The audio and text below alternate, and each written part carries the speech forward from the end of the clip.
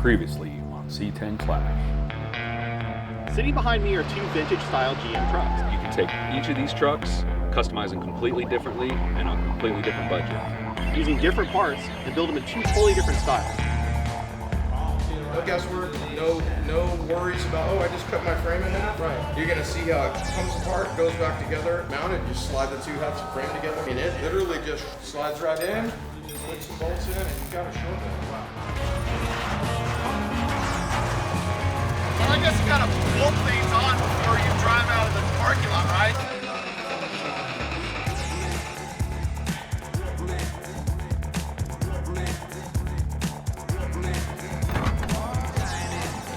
Fancy meeting you here. What's up? See the AC still on the truck. Man, it is chilling, let me tell you. Nice, nice. I see it's a short bed and everything now. I mean, did it stay on the truck when you're driving up here? Come on, man, don't bust You any railroad tracks, anything like that? I mean, smooth area around here. But enough about mine. Where's your truck at? Are you driving your Chevrolets here? well, we're gonna be doing airbag suspension on the truck. Okay, Yeah. okay. Don't think I'll be driving it until it's all put back together. So we're starting off with a full chopping block set up front and rear, Slam Specialty airbags, shocks, CPP brakes. Pretty much everything under the truck's getting redone.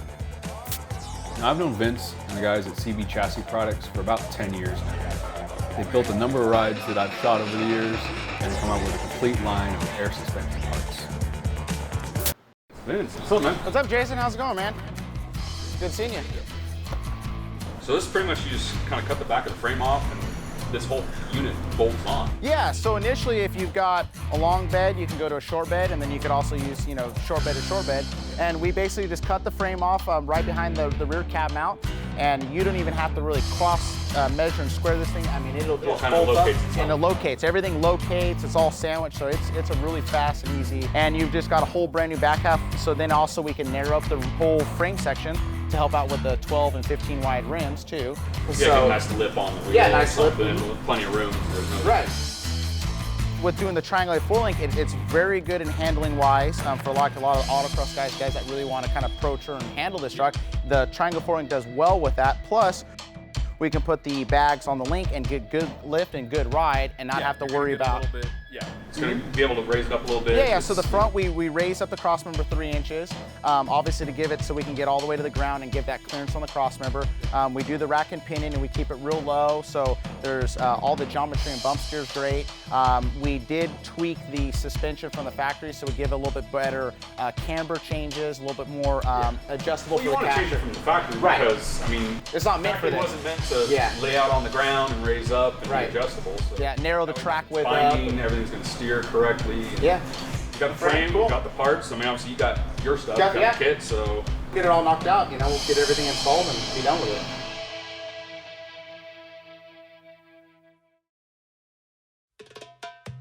So we're gonna go ahead and roll this truck out. We're gonna move this bed. We'll get it all set up in here, and I think it should work out. We'll get set up going on the frame right now. Now we got to get the frame up to CB Chassis Products in Fresno. All they need really is the frame rails and some cross members. Let us get one side. Hey, I want you to get hurt. We need you. We don't need you getting hurt. Just pick it up. Just pick it up. The cross number.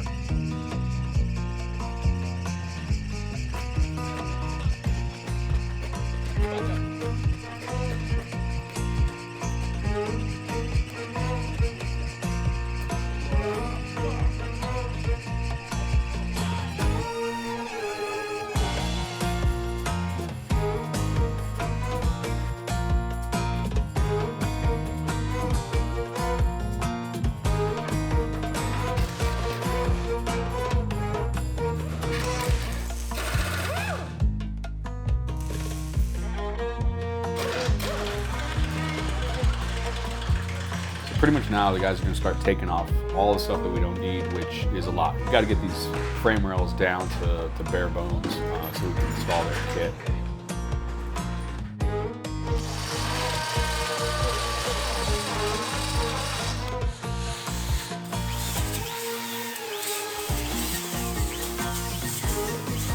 .5 inches from the back cab mount. And then so we're gonna clean this and then we'll scribe it and mark it to cut it off. Make a mark. Once everything's been squared up and measured out, basically it's time to start cutting that frame. You can use it as an opportunity to convert a long bed to a short bed, or just bolt everything on and it all locates itself off the rear of the frame. Here, we're gonna wanna grind and then we're gonna air hammer, punch them out. What takes the longest, it seems, on this is doing all the rivets that are on this frame. Usually either drill those out with an air hammer, or you can use a grinder and cross hatch and knock them out.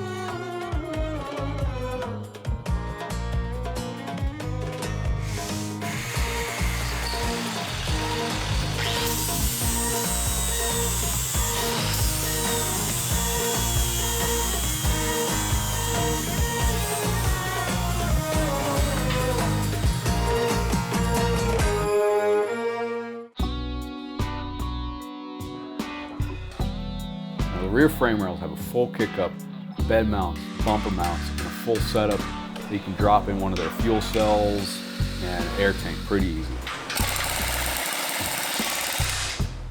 And so it just mounts right off some of the existing holes. Pretty much you're only going to be busting out the tape measure once or twice on this. Now, keeping some of the old cross members in till the last minute means there's not going to be any issues of the frame not being square or perfectly lined up. So on the rear end, we got to pull everything apart real quick just to drop in the CPP disc brakes. So we got to pull the axles out, which means you got to open the diff cover, pull out that little C-clip, and then pull the axles out.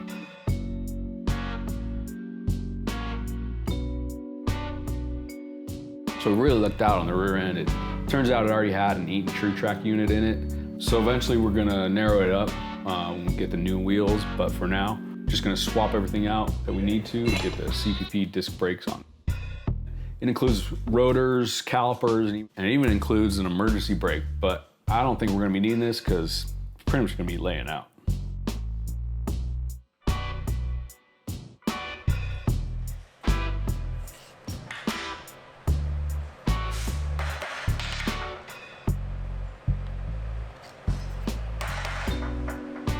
With the rear end cleaned up, it's time to figure out the mounting position of the triangulated four-link. So the link bars are adjustable, and this will really help get the pinion angle dialed in. If the pinion angle is a little off at ride height, you're gonna get a bunch of vibration, driveline issues.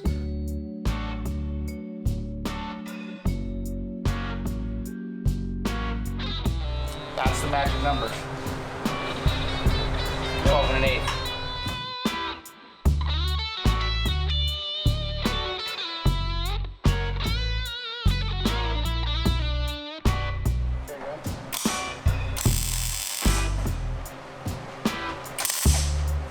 Yep. 24 and 5/8. We throw a couple more tacks on it. Just right now. With the rear end set, the only thing really to do is tighten up the brakes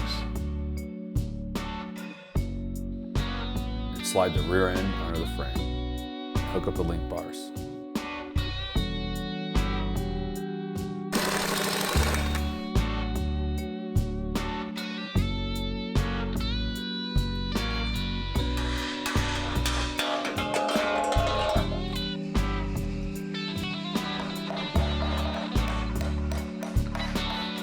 Swapping out the transmission mount will not only help with ground clearance, but in this case, the positioning of the motor and the transmission are going to change a little bit. So this way, make sure that everything gets dialed in and is correct. So with the rear section of the frame done, it's time to install the front cross member.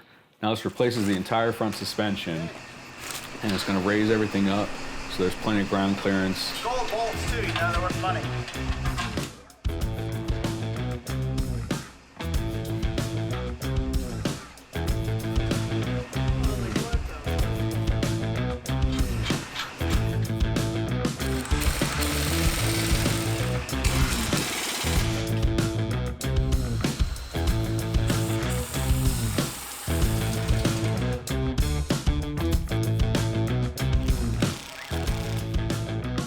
Now the top control arm has a bolt-in ball joint, but you're gonna have to press in the ball joint of the lower control.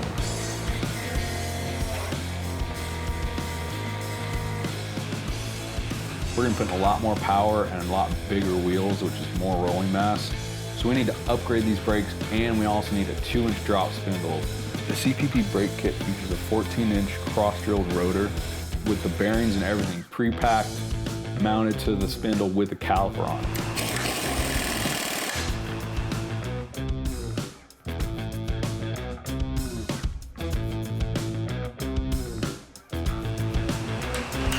Oh yeah.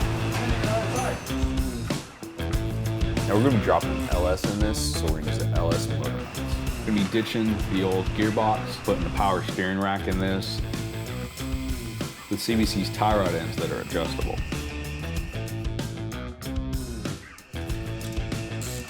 Now for the actual air suspension, we're gonna be using Slam Specialties SS bags, and when we do all the final assembly on the chassis, we're gonna be hooking up the MC2 control.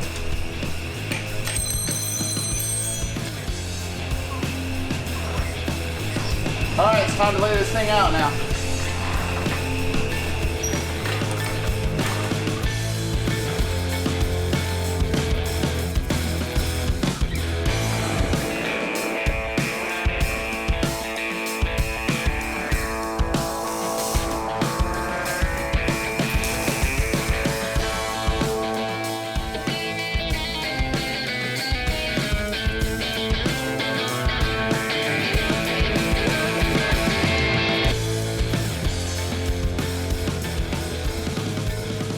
This isn't the last time we're assembling this chassis. We gotta tear everything apart, get the frame rails, get all the CVC suspension parts powder coated. And we figured we might as well show off some of the work that's been done out at the Brothers Show.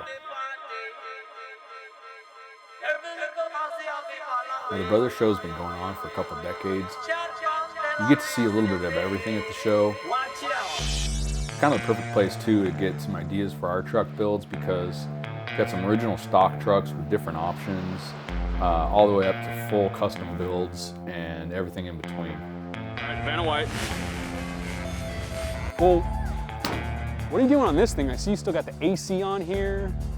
Look, I mean, you got a short bed now. At least it looks a little bit more presentable. I'm trying to keep it classy. We're going to get rid of, obviously, our AC unit when the time comes, but we're going to put a static suspension drop on it, probably a 5.7, and also put on the right kind of wheels. I want to stick with a retro look. This is a throwback truck right now. I can't go for a 3-tone. I mean, we got patina, white, and E-coat primer's just not going to work out. So eventually we'll paint it. And I haven't really thought about what color yet, because I got something on my mind, but... I already know what color I'm doing. Well, what are you doing? Well, I may not have my truck here, Right? but I have a rendering. Oh. Here you go, big time. Whoa, that's cool. Dude, that color is what you're gonna paint it? Well, yeah, we're gonna be doing a classic kind of two-tone, but the color's gonna be a little different. We're going with like an agave and a tan. This truck was a Scottsdale, so it didn't have any trim, so we're gonna be upgrading everything to the Silverado package. And we're gonna be doing a set of 22s on here from Hot Rods by Boyd. Billet wheels are actually gonna kind of mimic the wheel that's already on the truck. It's into that modernized OE look that I'm going for. Well, I know what I'm doing. I gotta get this thing out of the nosebleed seats and get it back down on the floor. So I better get moving right now before you catch up. All right, I better get out of your way.